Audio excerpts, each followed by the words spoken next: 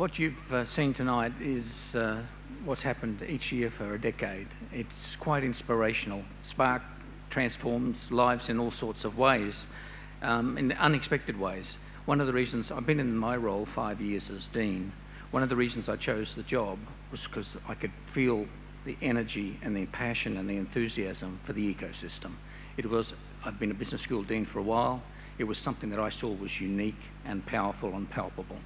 And it was part of why an Aussie ends up in New Zealand at arguably its very best school.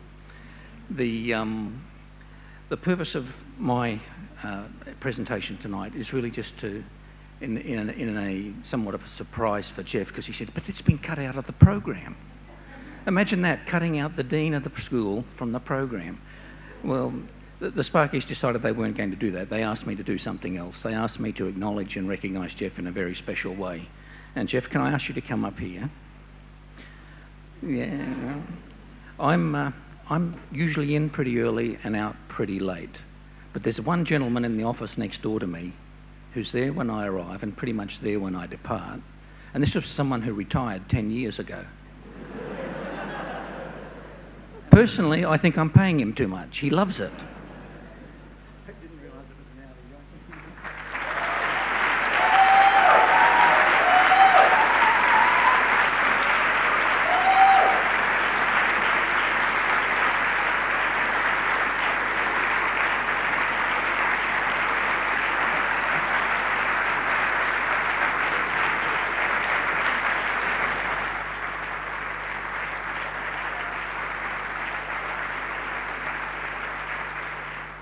Thank you all.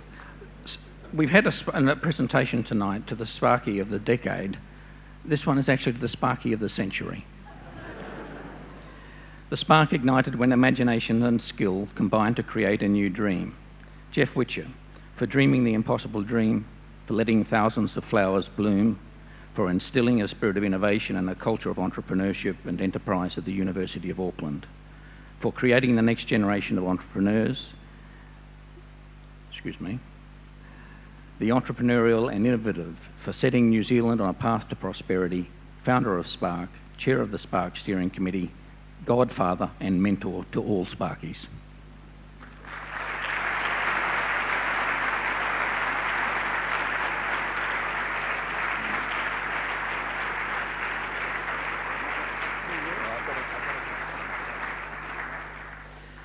I was quite serious when I said that Jeff is working the same hours or longer hours than the Dean, and this requires a certain level of tolerance from his better half.